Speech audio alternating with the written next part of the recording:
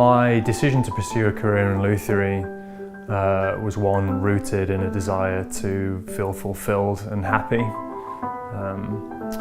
I wanted to be able to express myself creatively, and whilst it's true that I want to build the finest guitars in the world, my ultimate aim is to feel satisfied and be happy.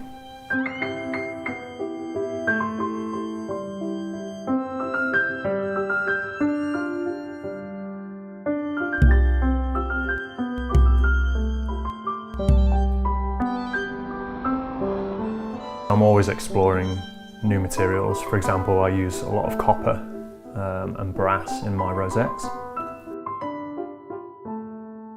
I think there are a lot of parallels between what I do as a guitar maker and what John Smedley do with their knitwear.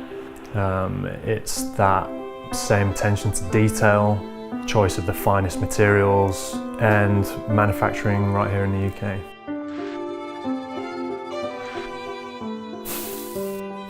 I get most inspiration from craftspeople who really push the boundaries in their field.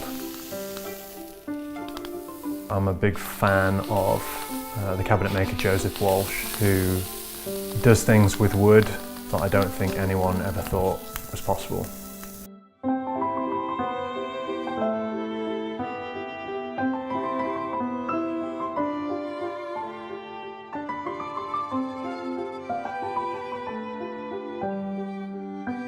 It's always nice to pass on what you've learned from others. Seeing my assistant Daisy finish her first guitar, I like the idea of paying that forward.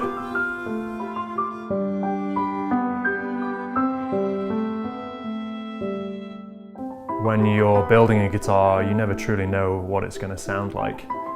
And so it's always this magical first hello when you first put the strings on.